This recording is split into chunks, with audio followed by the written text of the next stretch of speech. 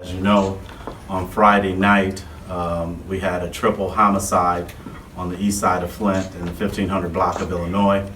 We wanted to report to you that we do believe that we have individuals in custody related to that homicide. Interviews are being conducted at this time, and we can't go any further into details on that right now. We also had a homicide on Leith Street in the city of, or I'm sorry, it was not a homicide, a shooting on Leith Street. And we do feel that we have the person in custody responsible for that as well. We're continuing to work these cases. We're getting a ton of assistance from the community who are providing us with information. And we're grateful for the assistance from other agencies like Michigan State Police, the Genesee County Sheriff's Office, along with the hardworking men and women of Flint Police Department who have been working these cases with the detectives around the clock since they took place. We are very fortunate to be working with teams who dedicate themselves to solving these issues when they occur. The community to know that we are concerned about this, we are addressing it, and I'm just so glad to have the people standing with us. You know, a lot of times we say we need to separate religion from what's going on in government, but I'm glad that we have representation from the religious community here standing with us, because our city is in need of prayer. We have families that are hurting.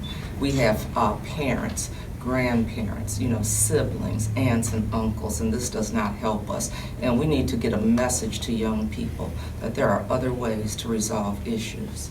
There are other ways to resolve issues. We've had a water crisis. We've already had a generation that has suffered and been damaged as a result of being poisoned with lead in the water.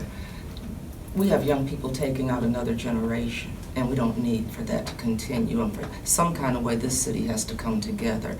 You know, I see Dr. Pugh standing up here. We've talked about this as a public health issue, and what happens when there's disinvestment in the community and resources aren't poured into young people. And that's something that we're trying to address as well. We've been doing it not only with the PAL program, we've been doing it with different programs at the churches. We've been doing it with Sean Crowdy and making sure that recreation and athletics are part of young people's experience.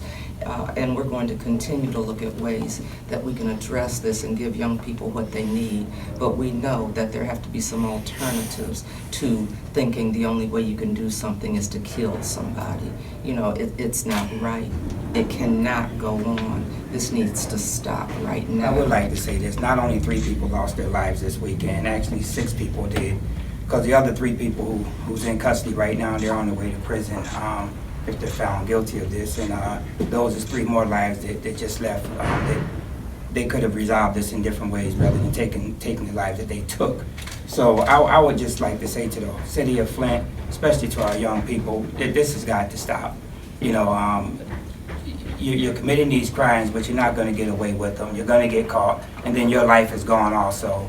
And your family members are hurting because they don't want to see you go to prison. The lives who you took, their family members are hurting, mothers and fathers and sisters and brothers. It's not only the people that you're hurting everybody. You're hurting everybody in the community along with the lives that you took. So this has got to stop, and we're doing everything we can to continue to bring them to justice.